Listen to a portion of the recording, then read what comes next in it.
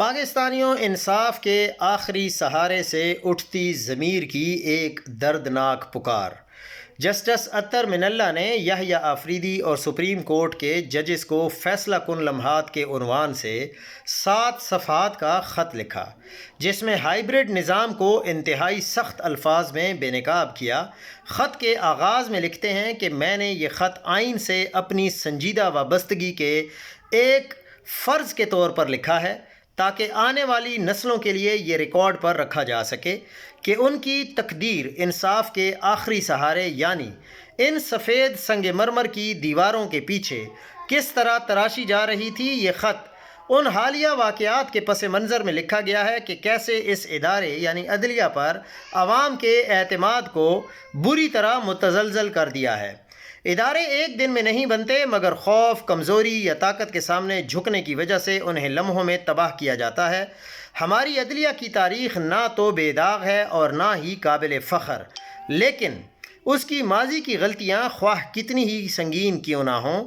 آج اس پر مسلسل قبضے کو کسی صورت جواز نہیں بخش سکتی۔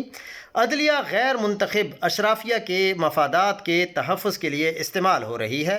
بطور سپریم کورٹ جج کے میں یہ اپنا فرض سمجھتا ہوں کہ عوام کے اعتماد میں اس شدید کمی پر اپنی تشویش ریکارڈ پر لاؤں، کیونکہ میں خود کو ہر اس موقع پر جواب دہ سمجھتا ہوں جب ضمیر کے قیدی کی ضمانت مسترد کی جاتی ہے، جب کوئی ماں یا بہن اپنے لاپتہ پیارے کی تلاش میں مایوسی کے عالم میں سڑکوں پر آتی ہے، جب کسی صحافی کو محض اس لیے ہراساں، اغوا یا خاموش کر دیا جاتا ہے کہ سچ عوام تک نہ پہنچ پائے، اور جب اظہار رائے کی آزادی کو کچل کر پرنٹ یا الیکٹرانک میڈیا کو ایک مخصوص بیانیے پر چلنے پر مجبور کیا جاتا ہے۔